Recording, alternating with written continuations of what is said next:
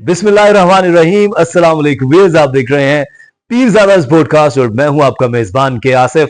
और जिस तरह हमने आपसे वादा किया था कि हम आपको अपनी हर नई आने वाली किस्त में एक नए मेहमान से आपको मिलवाएंगे, और आज की किस्त में भी एक बहुत ही जबरदस्त मेहमान हमारे, जिनका ताल्लुक अमेरिका की रियासत टेक्सास से है। वो यहाँ पर आए हैं। वो एक पॉलिटिकल कमेंटेटर भी हैं, वो खुद पॉलिटिशियन हैं, वहां पर सिटी काउंसिल का इलेक्शन लड़ चुके हैं। और हमारी खुशकिस्मती है कि वो यहाँ पर हैं। और उनका एक तारुफ ये भी है कि वॉइस ऑफ कश्मीर यूएसए एक डिजिटल मीडिया में उनका चैनल है, वो एंकर भी हैं और साथ साथ पाकिस्तान तहरीक इंसाफ के कारकुन भी हैं। तो हमारे साथ मौजूद हैं जी मुजीब काजी। अस्सलाम वालेकुम, कैसे हैं आप? वालेकुम सलाम, thank you for having me. बहुत शुक्रिया। और हमेशा की तरह फैसल पीरज़ादा साहब भी हमारे साथ मौजूद हैं। और फैसल भाई के ही तवस्सुत से आज की ये किस्त जो है वो आपके सामने पेश की जा रही है, क्योंकि फैसल भाई जो हैं वो बहुत ज्यादा मोटिवेटेड थे कि काजी साहब आए हुए हैं और उनको बगैर इंटरव्यू किए हमने दोबारा अमेरिका नहीं जाने देना।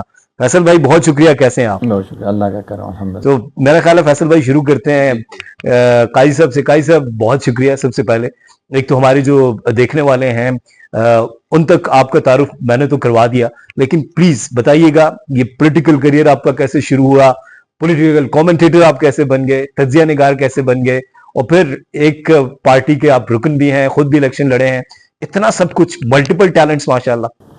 वेल, मेरा ख्याल आपने कुछ ज़्यादा ही कह दिया। I don't think I deserve that much of an introduction. मैं पॉलिटिकली एक्टिव इस वजह से हुआ कि आपको पता है कि 9/11 के बाद यूएस के अंदर मुसलमानों की आइडेंटिटी क्राइसिस थे। सबसे पहले तो मैंने अपने आप को इन्वॉल्व किया मल्टी फेथ इंटरफेथ एक्टिविटीज़ में, जिसमें हमने ये डिसाइड किया कि अगर कोई स्ट्रीट से बंदा, common man would stand up and introduce my religion, my identity, my faith to somebody, तो मैंने कहा कि मैं ख़ुद जो उसका एक्चुअल एंड फैक्चुअल इंट्रोडक्शन है वो करवाऊँ। उसके लिए ऑब्वियसली फेथ बेस्ड कम्युनिटीज़ के साथ इंटरेक्शन हुआ। For the past 15-16 years I have devoted myself to be in the arena of multi faith and interfaith communities. उसके लिए हमने obviously, I can go into the details, local level पे हमने क्या accomplish किया, national and internationally. Then what happened was the first Donald Trump era में we realise के मुसलमान at large they are not on the platter, they were always on the menu. So हमने decide किया कि if you want to be part of the decision making तो आपको public sphere में आना पड़ेगा. So that's where I decided to take part in the politics, and the politics was that US के अंदर, unlike third world countries, US के अंदर politics is all about local issues. So इसलिए I decided to run for the city council, क्योंकि city is the one that impacts you directly. And then the journey went on. It was a good learning experience. We learned about how the political system works in the US, what were the core issues, cities के अंदर क्या issues थे. We made our presence in the community. और इस वक्त तक ये हो रहा है कि whatever decisions are made at the city level, because of our presence, because of our environment, whether it is a city mayor, the city council, or other boards such as the board for the school districts, जब भी कोई decision making का time आता है तो Muslims are part of it. हमारी एक कोशिश थी कि वहाँ पे आपको पता पब्लिक स्कूल्स में मुसलमान बच्चों के लिए हलाल फूड की अरेंजमेंट नहीं थी, तो we started raising voice for that. उसको स्टेट वाइड हमने अपनी वॉइस रेज करें। There are several school districts जिसमें already halal food section wide implement होना शुरू हो गया है। So we want to take it to on a broader spectrum, ताकि जहाँ पे भी मुसलमानों की पॉपुलेशन है वहाँ उनको हलाल फूड सर्व किया जाए। So this is one of the many issues. Nationally हमारे इशू जो थे उसमें भी हमने काम किया। So in the interest of time मैं आपको सिर्फ ये बता दूंगा कि जब अगस्त 5 ऑफ 2019 हैपन, जब कश्मीर की बात आई, तो I was in Azad Kashmir. मुझे फ़ील हुआ कि वो कश्मीर जो हमें सम हाउ आइडेंटिफाई करता था एज ए कश्मीरी, हमारी identity was at stake again as Kashmiri, और हमारी ज़मीन जो है वो सिरकती जा रही है हमारे पाँव के नीचे से। So what role can I play as an individual, as Kashmiri, to keep the voice for the Kashmir alive? तो And you have an organization for that, or you're doing independently? We have an organization, and then but initially I started individually. So what happened was we launched so many protests. We started engaging with the think tank in Washington. जब हम ये सारा कुछ कर रहे थे and we were creating a vibe and impact was being created, तो all of a sudden COVID happened. So जब कोविड आ गया तो कोविड ने हमारी जो मोबिलिटी थी, जो एक्टिविटी थी, जो कम्युनिटी इन्वॉल्वमेंट थी, उसको हम सबडू कर दिया.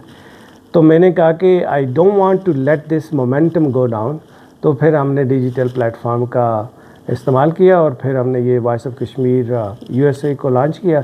एंड हमारा कोर कॉम्पिटेंस अगर प्लेटफॉर्म का देखें तो वो ये है कि हम लोग वहाँ पे जो थिंक टैंक से जो डिसीजन मेकर हैं उनके साथ हम इंटेलेक्चुअल डायलॉग करते हैं. We get involve with them, can be they are the one who are the basically mover and shakers of the policies. तो हमने उनको इन्वॉल्व किया ताकि हमारा जो कश्मीर इशू है उसको अलाइव रखा जा सके. So that's where we have been playing our role. Guys viewers, आप देख रहे हैं जिस तरह से काजी साहब बता रहे हैं सारी एफर्ट का. वॉइस ऑफ कश्मीर USA, इस चैनल को आपने भी सब्सक्राइब करना है सर. हम अपने चैनल के थ्रू अपने तमाम जितने भी व्यूअर्स हैं इनको सपोर्ट करें. बहुत ही ज़बरदस्त कॉज है अमेरिका में, यूनाइटेड स्टेट्स ऑफ अमेरिका, जहाँ पे हमने देखा है कि 9/11 के बाद मुसलमानों के खिलाफ एक बहुत बड़ी वहाँ पर नफरत हुई थी. लेकिन उस जिस तरह से अभी काजी साहब बता रहे थे कि हमने सब ने मिलकर कोशिश की कि जो मुसलमान है वो दहशतगर्द नहीं है और दहशतगर्द का कोई मजहब नहीं होता. फैसल भाई, आपकी तरफ आता हूँ. काजी साहब ने माशाल्लाह बताया.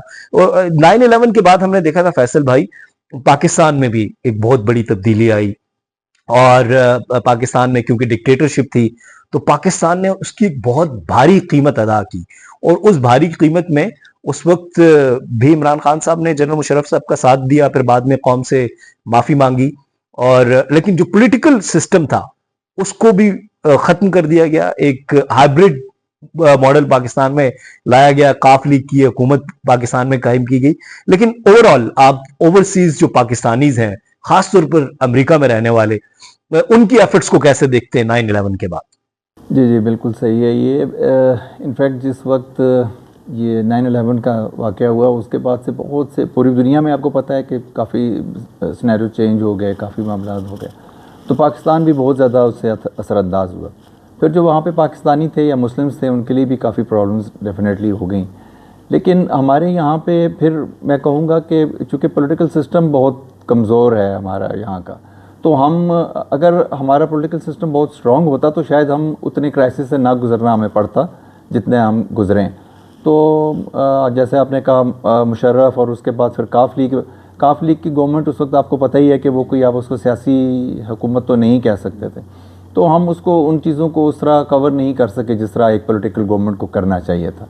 तो अब जो बाहर इसका किरदार जो ओवरसीज़ पाकिस्तानियों ने अदा किया है, वो जो खला था वो इन्होंने पुर किया है. इन्होंने काफ़ी वहाँ पे डेफिनेटली इस तरह के मामलात किए इन्होंने प्रूव किया है कि भाई हम दहशतगर्द नहीं हैं और इस तरह के दूसरे मामला.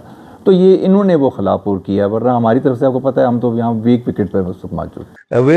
क्योंकि पिज़्ज़ाज़ पॉडकास्ट में आप अक्सर हमें देखते हैं जब भी फैसल भाई जो हैं वो गेस्ट होते हैं और मैं होस्ट होता हूं, लेकिन आज हमारे पास स्पेशल गेस्ट हैं काजी साहब. तो मैं और फैसल भाई जो है मेज़बानी के फ़राइज़ सर अंजाम देंगे. ये तो इंट्रो था. अब आते हैं आपसे मजीद सवालात करते हैं. सर, पाकिस्तान में एक चीज़ बहुत कही जाती है कि ओवरसीज़ पाकिस्तानीज़ का बहुत बड़ा किरदार है पाकिस्तान की इकोनॉमी को स्ट्रेंथन करने में. बहुत ज़्यादा रेमिटेंस भेजी जाती हैं. तो इस वक्त ओवरसीज़ पाकिस्तान के हालात को देखकर क्या सोच रहा है? देखिए, जब आप घर से दूर होते हैं ना तो आपको घर की ज़्यादा याद आती है. और जब अपने प्यारों से जब आप दूर होते हैं तो आपको उनके साथ प्यार भी ज़्यादा होता है और उनके साथ ज़्यादा लगाव होता है. और it's a natural phenomena. So what happens is कि जितने overseas Pakistani and I can say this with confidence कि pretty much everyone is much more concerned about Pakistan than Pakistanis themselves living within Pakistan. ये मैं इसलिए कह रहा हूँ कि वहाँ पे हमारे पास 2-3 चैलेंजेस होते हैं, बड़े सवेर किस्म के चैलेंजेस होते हैं. Number 1, you are not in a home while being away from your home. तो ये एक बहुत बड़ा खला होता है जिसको आप इस तरीके से पुर कर सकते हैं कि किस तरीके से मैं अपने प्यारों की, अपने वतन के, अपने लोगों की हेल्प कर सकूं, मदद कर सकूं in any capacity, form and shape. एक बात। दूसरी बात ये होती है कि यहाँ पे अगर कोई अच्छा काम हो रहा होता है तो हमारा इज़्ज़त वहाँ पे बढ़ जाती है। जिस तरह मैं I am just giving an example कि अगर किसी शख्स का बेटा कोई अच्छा एक्सेल करता है किसी फील्ड में, तो उसका बाप जो है ना, ही फील प्राउड ऑफ इट। सो इसी तरीके से आपका जो मदरलैंड होती है, it's like a family member, और यहाँ पे होने वाले ऊंच नीच उसका इम्पैक्ट डायरेक्टली वहाँ पे पड़ता है। और हमारा शुरू से ही अनफॉर्चुनेटली एक राइवलरी क्रिएट की गई between India and Pakistan for political reasons. वहाँ पे हमने कुछ ऐसा नहीं देखा कि हमारे इंडियंस इतने सवीर दुश्मन हो या ना हो, लेकिन एक राइवलरी है जो शुरू से चल रही है। तो अगर इंडिया में कोई चीज़ अच्छी हो रही होती है और पाकिस्तान में बुरी हो रही होती है तो उसका इम्पैक्ट हमें डायरेक्ट पड़ता है, पाकिस्तानियों को शायद ना पड़े क्योंकि उन्होंने वो चीज़ को नहीं फेस की लिए थे। सो इसलिए पाकिस्तानी बहुत कंसर्न होते हैं पाकिस्तान के इकनॉमिकल हालात के बारे में। इवन के स्पोर्ट्स का अगर आप देख लें तो पाकिस्तान के लिए वो मर रहे होते हैं कि पाकिस्तान किसी तरह कोई एक मैच जीते ताकि हमें थोड़ी सी कहीं से कोई इज़्ज़त मिल जाए। सो इज़्ज़त जो है ना वो उसके पीछे पड़े होते हैं। सो पाकिस्तान जब आप किसी भी फील्ड में देखें ना, पाकिस्तान की बदनामी हो रही होती है तो उसमें ओवरसीज़ पाकिस्तानी का दिल हिल के रह जाता है। यकीन मानिए, आप जो बात करें गाई साहब कि जब आप दूर होते हैं तो बड़ी याद आती है। और मेरी फैमिली के भी कुछ लोग बाहर हैं, वो उनसे फोन पे बात होती है तो दिल कर रहा होता है कि अभी उड़ के उनके पास पहुंच जाएं या उन्हें अपने पास बुला लें। इतने गमगीन हम उस वक्त भी होते हैं कि एक ओवरसीज पाकिस्तानी जो है वो यहाँ से कोई भी पॉलिटिकल पर्सनालिटी जाती है और उसके पीछे कैमरा लेके भाग रहा होता है और गालियां दे रहा होता है, उस वक्त जो पाकिस्तान का इमेज खराब होता है उससे भी बड़ा दुख होता है। अब इसमें इसके दो पहलू हैं। आपको ये देखना पड़ेगा कि जो इंटरनेशनल वेस्ट है ना जी, जो जहाँ पे वेस्ट है वहाँ पे freedom of expression, freedom of press, freedom of expressing yourself is allowed. और वो उसमें गाली देना भी अलाउड है। उसमें गाली, आप देखिए, गाली नहीं दे सकते आप। You have to live with in the moral norms of the community and the society. ठीक, आप पर्सनली मुझे बताइए कि आप पाकिस्तान आए हुए हैं और मैं आपके पीछे कैमरा लेके भागूं कि काजी साहब आप अमेरिका में ये करके आए, वो करके आए, डू यू थिंक कि ये एथिकली ठीक? अगर तो मैं वहाँ पे कोई ऐसा काम करके आया हूँ ना यूएस के अंदर जिससे मुल्क की बदनामी हो रही है, जब मैं आपके इमेज को ख़राब कर रहा हूँ तो आपका गुस्सा है, आप उसको दूर करते हैं। मिसाल के तौर पे मैं ऐसा काम करके आ जा, अगर मैं फॉर एग्ज़ाम्पल क्रिकेट खेलता हूँ और वहाँ पे मैंने क्रिकेट खेलते हुए मैंने कोई मैच फिक्सिंग किया है जिससे मुल्क का नाम बदनाम हुआ है, या मैंने वहाँ पे कोई ऐसा फ्रॉड किया है मॉनेटरीली, कोई ऐसा फाइनेंशियल क्राइम किया है जिसकी वजह से मुल्क का करप्शन किया है, मुल्क का नाम बदनाम हुआ है, या मैंने एवन के क्रिकेट की बाल को चबाया है, कुछ ऐसी बात कुछ भी किया है, तो अगर फिर लोग आके अपना गुस्सा निकालते तो मेरा ख्याल है वो हक बजाने में अपना गुस्सा निकालना, वो निकाल सकते हैं अपना गुस्सा, क्योंकि मैंने उनके मुल्क की तजलील करवाई है। सर हमारा जो फैसल भाई अगला सवाल करेंगे, लेकिन हमारा जो हमसाया मुल्क है भारत, वहां से भी हमने देखा है कि बेतहाशा पॉलिटिशियंस जाते हैं। उनके प्राइम मिनिस्टर मोदी जी जब आते हैं, अमेरिका जाएं या इंग्लैंड जाएं, हमने नहीं देखा कि उनके लिए कोई प्रोटेस्ट हो रहा है या उनके पीछे कोई कैमरे लेके भाग रहा है। वहां पे भी करप्शन है, वहां पे भी ह्यूमन राइट्स वायलेशन है। हमें तो ऐसी चीजें उनके लिए नजर नहीं आती। तो अब मोदी का मुझे या जितने भी पब्लिक ऑफिशियल्स हैं उनके बारे में कोई ऐसा क्राइम बता दें। सबसे बड़ा क्राइम है कि उन्होंने जो गुजरात में किलिंग्स की थी मुसलमानों की, उसके उनके ऊपर तो उनको तो बुचर ऑफ गुजरात कहा जाता है। और उस पर आपने देखा होगा कि इंडियन डायस्पोरा, इवन के नॉन मुस्लिम्स ने भी प्रोटेस्ट किए। नहीं सर, मैं पूछ रहा हूँ कि जब मोदी जी अमेरिका आए या यूके आए तो हमें तो कहीं नजर नहीं आता उनके पीछे कोई कैमरे लेके भाग रहा है कोई लड़का लड़की और उनको आवाजें दे रहा है, अरे कसाई, अरे कसाई, ऐसा तो हमें कहीं नजर नहीं आया। ये सिर्फ हम पाकिस्तानी क्यों करते हैं? I don't think that is, I respectfully disagree with that, क्योंकि ये स्लोगन हमने खुद सुने, लोगों ने उसको बुचर ऑफ गुजरात कहा है, हमने खुद कहा है। आपने जरूर कहा है। मैं ये कह रहा हूँ कि मुझे बताइएगा, वो वीडियो हमारे साथ भी शेयर कीजिएगा, हम अपने चैनल पे चलाएंगे कि कोई इंडियन उनके पीछे कैमरा लेके भाग रहा हो ऐसी कोई वीडियो मुझे जरूर। देखिए एज अ प्राइम मिनिस्टर तो उसकी सिक्योरिटी इतनी ज़्यादा होती है कि वहाँ पे उसके पीछे मेरा नहीं ख्याल कि सोशल मीडिया का कोई बंदा एक्सेस भी कर सकता है। अगर वो इसी तरह रैंडमली घूम फिर रहा होगा तो I am sure I would probably be the first one to go. लेकिन आप पाकिस्तानी है ना, आप इंडियन नहीं है। आप तो उनके मुखालिफ है ना। अच्छा जी फैसल भाई प्लीज आप कोई सवाल करना चाहेंगे? मैं कायद साहब से एक बात ज़रूर पूछना चाहूँगा कि जो ओवरसीज़ पाकिस्तान, जिस तरह अभी आपने जिस हवाले से आपने बात की कि जहाँ से जब पाकिस्तान से कोई जाते हैं और हम कैमरा लेके, और ये आपको पता है इस पर मेरा मौक़िफ़ तो बहुत वाज़ेह है और मैं डेफिनेटली पार्टी में होते हुए भी इसके हक़ में नहीं हूँ इस बात की। लेकिन मैं इनसे ये पूछना चाहूँगा कि माशाल्लाह चूँकि ये जो ओवरसीज़ पाकिस्तानी हैं ये यहाँ के मामलात में बहुत ज़्यादा असर रसूख अपना रखते हैं, मतलब अपना एक किरदार है इनका। इनको जो भी हुकूमत आती है वो इनसे उनकी तवक्कुआत भी होती हैं और इनकी फ़ेवर में ही मामलात करने की कोशिश कर रही होती है। जो भी हुकूमत आती है ये यहाँ पे वहाँ पे मेहनत कर रहे हैं, मुल्क का नाम रोशन कर रहे हैं और काफ़ी ऐसे मामलात हैं। तो उसके वॉइस वर्सा ये ऐसा वहाँ पे क्यों नहीं करते कि यहाँ जो भी हुकूमत हो उसको ये वहाँ से डेफिनेटली गाइड करें, ऐसे मामलात करें कि ये अपना एक वहाँ पे ऐसा सेटअप हो जो वहाँ से ये अपने मुशावरत का अमल, वहाँ से काफ़ी मामलात में ये क्योंकि बाहर बैठ के इनका विजन काफ़ी ब्रॉड हुआ होता है, तो वहाँ से बताया जाए कि हम गलत सिमत में जा रहे हैं, हम सही सिमत में जा रहे हैं, और इसके लिए कोई ऐसा मैकेनिज़्म बनाया जाए, कोई ऐसा तरीक़ाकार बनाया जाए कि बाज़ाब्ता इनका यहाँ पे जब जो भी हुकूमत मौजूद हो तो वो उसको इनकी बात को सुने। तो ये ऐसा फोरम क्यों नहीं वहाँ पे बनाते? अगर प्रोटेस्ट करना भी है वहाँ पे अगर आप मैंने ये चीज़ आसिफ सवाल से हट जाऊँगा, सऊदीया में ये चीज़ देखी मैंने, लेकिन वहाँ पे वैसे भाई पॉलिटिकल नहीं सऊदीया में तो इसका अलाउ नहीं है, लेकिन मैंने सऊदीया में देखा जो पाकिस्तानी कम्युनिटी है वहाँ पे ओवरसीज़ का मैं वहाँ पे उन्होंने आपस में एक वो ऑर्गेनाइजेशन बनाई है जिसमें तमाम पार्टीज़ मौजूद हैं, और पाकिस्तान से जो भी किसी भी पार्टी का कोई सरबराह या किसी का कोई जनरल सेक्रेटरी या कोई भी हवाले से वो सबको बुलाते हैं, सबको सुनते हैं, उनसे बड़े अच्छे तरीके से मामलात होती है, जिसमें मैंने खुद देखा कि PMLN को भी कर रहे हैं, पीपल्स पार्टी को भी कर रहे हैं, PTI को भी कर रहे हैं, जमात उल इस्लाम को भी कर रहे हैं, तमाम जमात। ये मतलब बहुत एक अच्छी मैंने चीज़। तो काई साहब से मेरा सवाल ये है कि ये वहाँ से ऐसा प्रेशर क्यों नहीं मेंटेन करते जो कि सिर्फ किसी पार्टी वगैरह के किसी एक पार्टी से हट के और हुकूमत के लिए और मुल्क के लिए ये कर रहे हों कि जी ऐसे मामलात होने चाहिए, हमें इस तरह चलना चाहिए।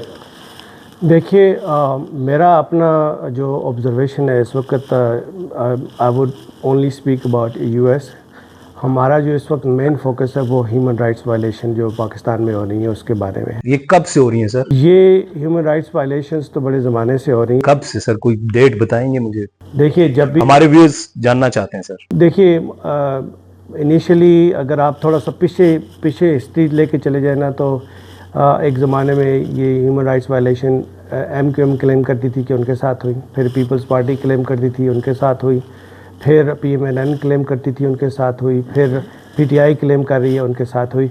सो इन जनरल्स आप देखें तो ह्यूमन राइट्स वायलेशन पूरी पब्लिक के साथ हुई, अक्रॉस जर्नलिस्ट के साथ हुई, ह्यूमन राइट्स एक्टिविस्ट के साथ हुई। हाँ, ह्यूमन राइट्स एक्टिविस्ट के साथ हुई। हमारे KPK के अंदर बहुत सारे लोगों को मार दिया गया, कश्मीर के अंदर बहुत सारे लोगों को मार दिया गया। सो ह्यूमन राइट्स जो कौन सी कश्मीर, ऑक्यूपाइड कश्मीर की बात कर रहे हैं आप? Both sides of the Kashmir, दोनों साइडों को you can not we can not brush it under the slogans के एक साइड पे हो रहा है, दोनों साइडों पे हो रहा है, दोनों साइडों पे ऑपरेशन हो रहा है, ऑपरेशन हो रहा है, आपकी वॉइसेस को सबडू किया जा रहा है। फॉर्चुनेटली सर अभी इतना बड़ा प्रोटेस्ट किया है कश्मीर में और उनकी बात सुनी गई है, उनके मुतालबात माने गए हैं। उसकी उन्होंने देखा है कि उनको अपनी लाशें गिरानी पड़ी तब जाके उनकी वो बात सुनी। सर ये लाशों, सर प्लीज मैम प्लीज, ये आपने एक बड़ा इल्जाम लगा रहे हैं। देखिए सर प्लीज ये बताइएगा कहीं पे रिपोर्ट हुआ? मेरी जी रिपोर्ट हुआ।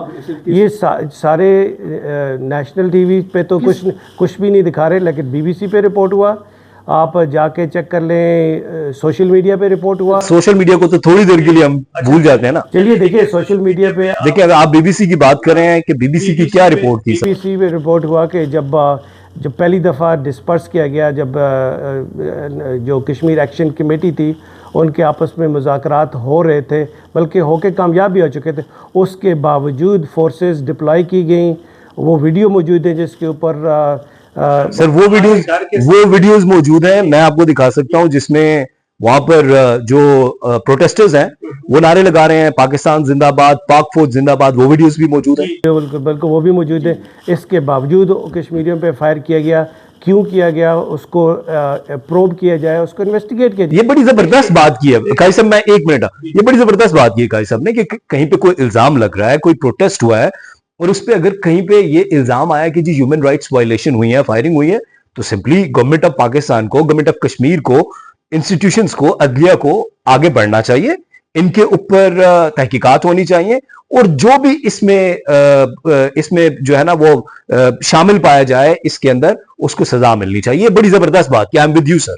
और एक और बात भी मैं आपको बताऊं कि अनफॉर्चुनेटली जब ये जो कश्मीर एक्शन कमेटी, हम इसको फॉलो कर रहे थे थ्रू आउट, कि सोशल मीडिया पे तो इसकी बड़ी वॉइस क्रिएट की जा रही थी, लेकिन नेशनल टीवी पे नहीं शो किया जा रहा था।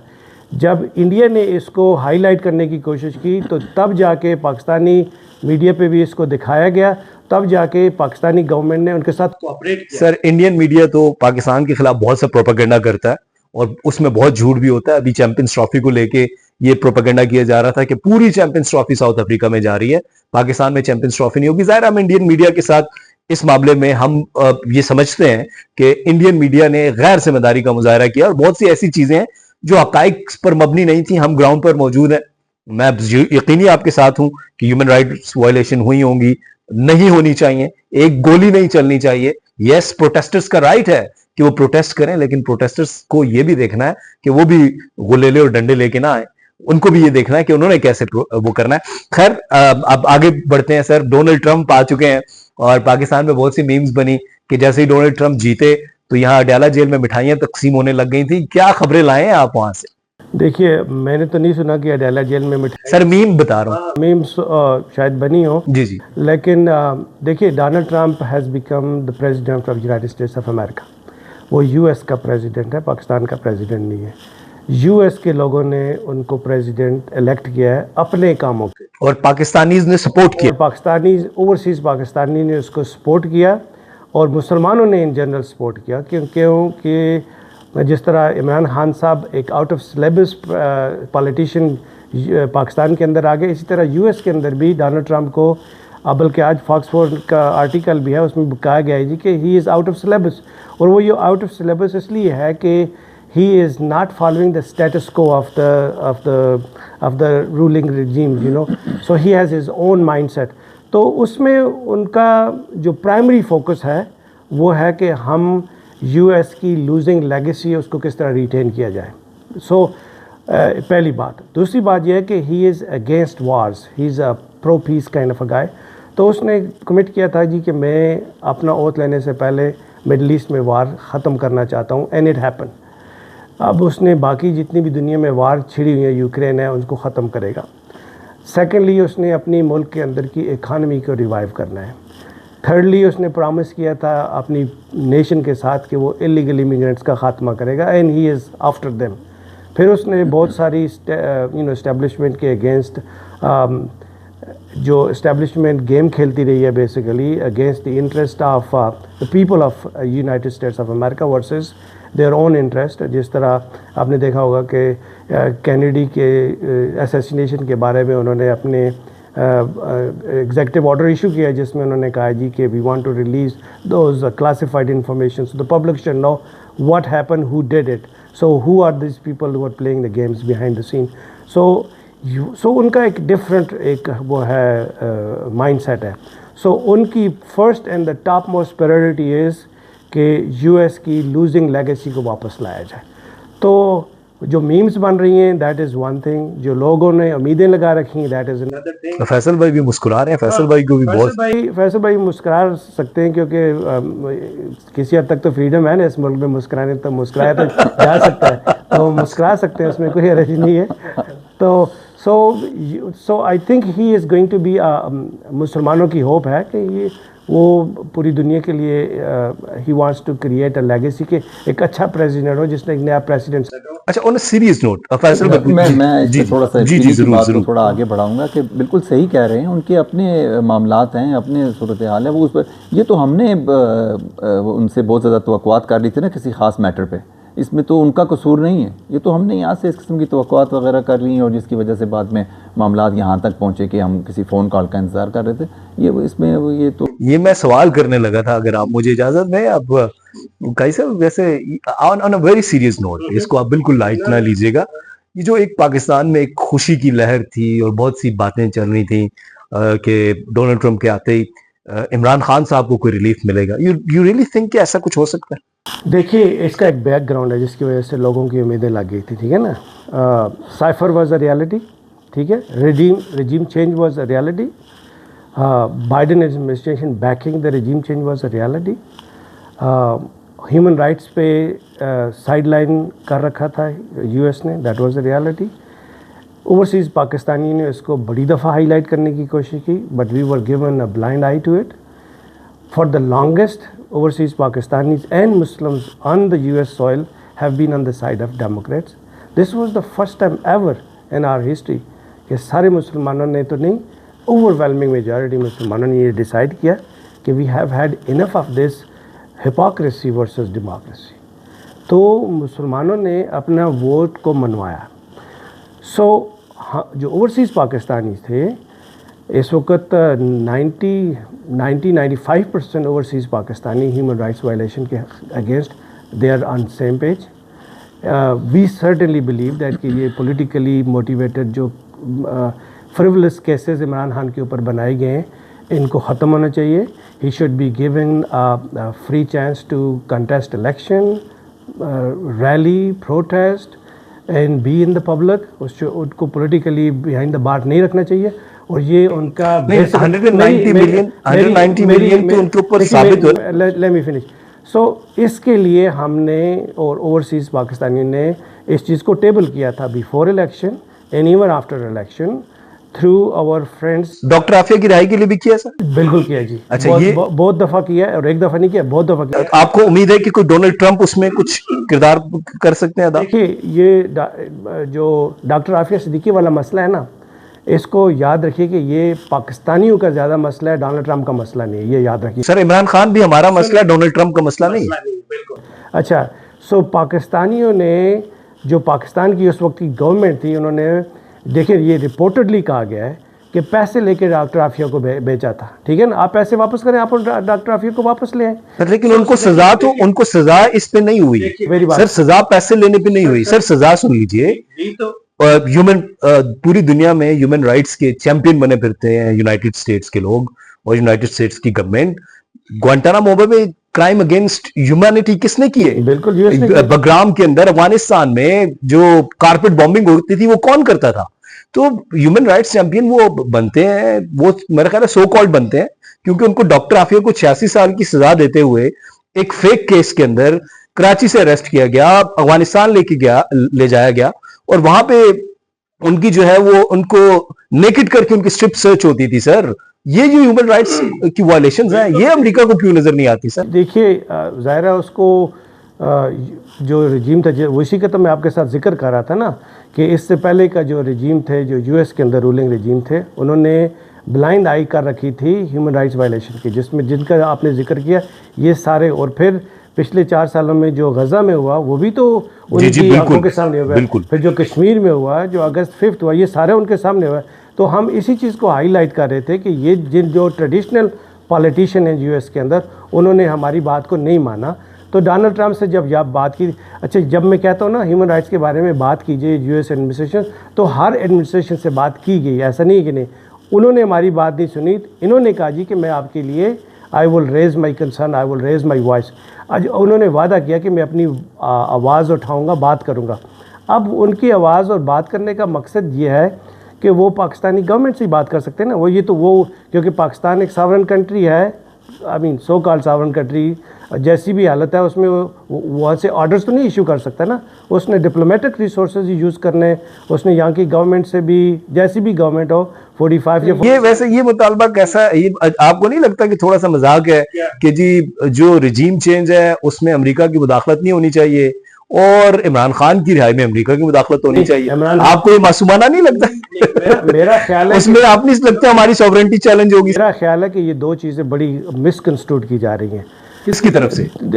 जो भी इस चीज़ को समझते हैं कि they are the same, it's not the same. अच्छा सुनिए, रजीम चेंज में डोनाल्ड लू ने आपके एम्बेसडर्स को थ्रेटन किया था कि अगर रजीम चेंज नहीं होता तो you will face consequences, that is interference, that is interference in the sovereignty of a country. Sir PTI ने एक प्रोटेस्ट किया अमेरिका में जो रिजीम चेंज हुई उसके बाद, और उसका मैंने वो प्लेकार्ड पढ़ा जो उस पे लिखा हुआ था कि अमेरिका के खिलाफ नारेबाजी नहीं की जाएगी। ये क्यों था सर?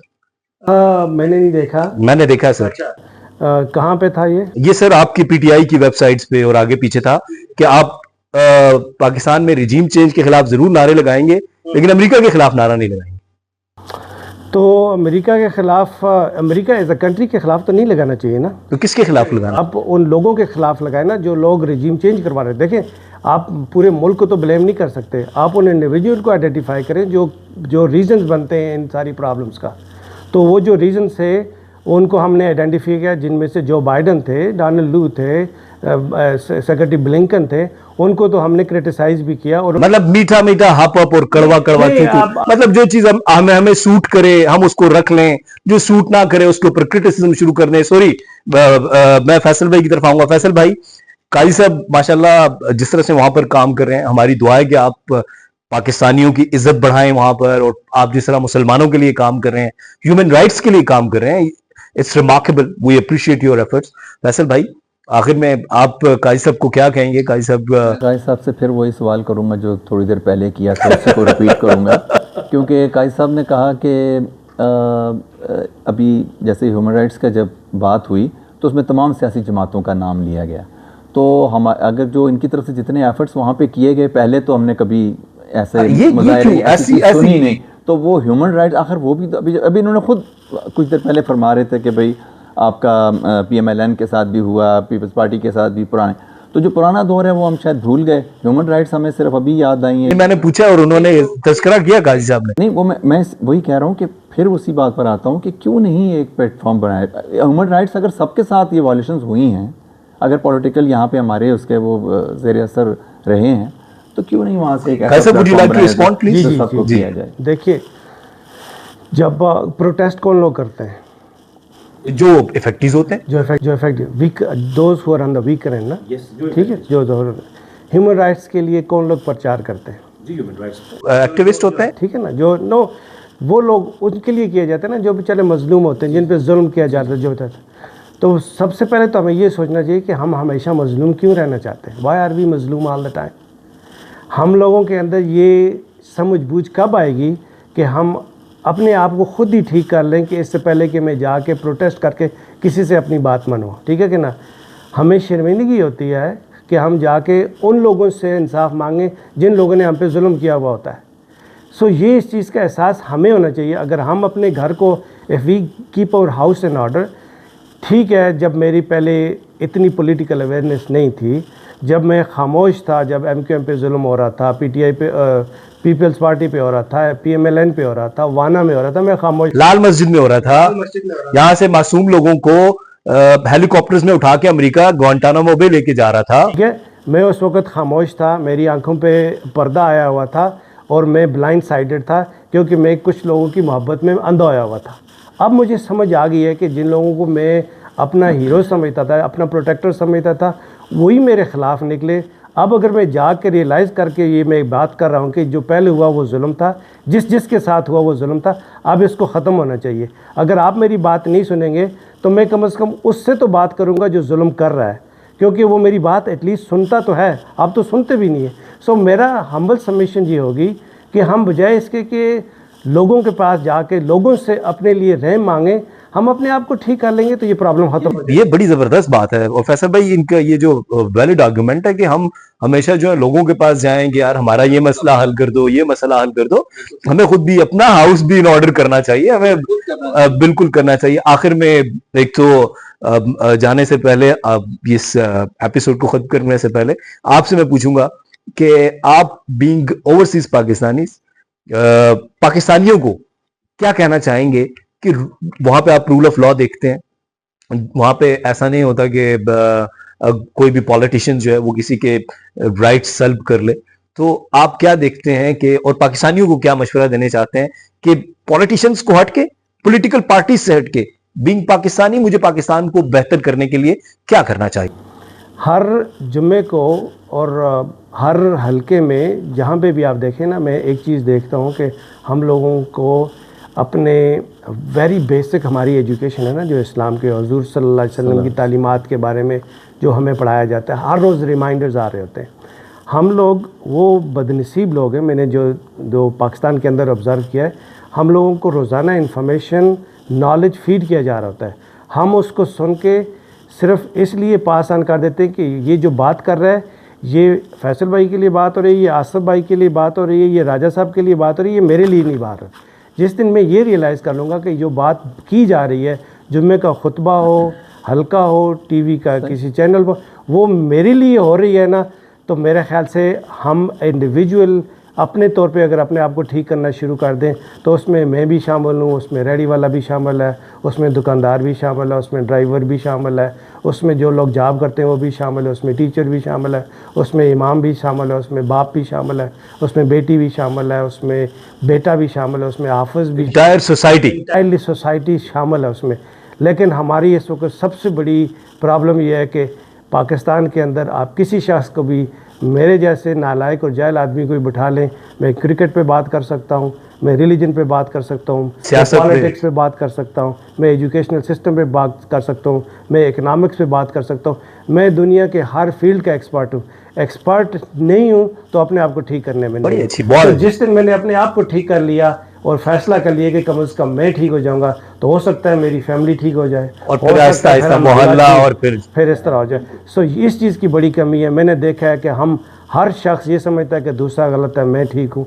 जब मैं ये रियलाइज़ कर लूँ कि मैं भी गलत हो सकता हूँ, क्योंकि 4 उंगलियाँ मेरी तरफ उठ रही हैं, एक उस तरफ जा रही है, तो मेरे ख्याल से हमारे मामला ठीक हो जाएंगे। बिल्कुल, बहुत शुक्रिया फैसल भाई। आप जाते जाते आप जिस तरह आज बात की है काजी साहब ने, और ये भी बड़ी अच्छी बात है, तो इस पॉडकास्ट के जरिए हमारा एक ही मकसद है, पाकिस्तान, हमने पाकिस्तान की बेहतरी की बात करनी है। जाते हुए क्या मैसेज देंगे? बिल्कुल सही, अल्हम्दुलिल्लाह। देखें, मैं पहले भी कहा था कि जो बाहर बैठे पाकिस्तानी हैं वो ज़्यादा दर्द रख रहे हैं, क्योंकि वो वहाँ बाहर बैठ के जिस तरह हम इन्वॉल्व हैं यहाँ के मामलात में, इस तरह वो नहीं हो सकते, तो वो फिर एक तकलीफ़ की कैफियत से गुजर रहे हैं। तो ये मामलात अब ख़त्म होने चाहिए, इस मुल्क के लिए ख़त्म होने चाहिए, इस मुल्क की बेहतरी के लिए ख़त्म होने चाहिए, हमारी आने वाली नस्लों के लिए ख़त्म होने, हमारी आने वाली नस्लों के लिए अब हालात बेहतर होने चाहिए। और ये मैंने और आपने मिलकर सोचना है कि हम आने वाली नस्लों को कौन सा पाकिस्तान दे रहे हैं।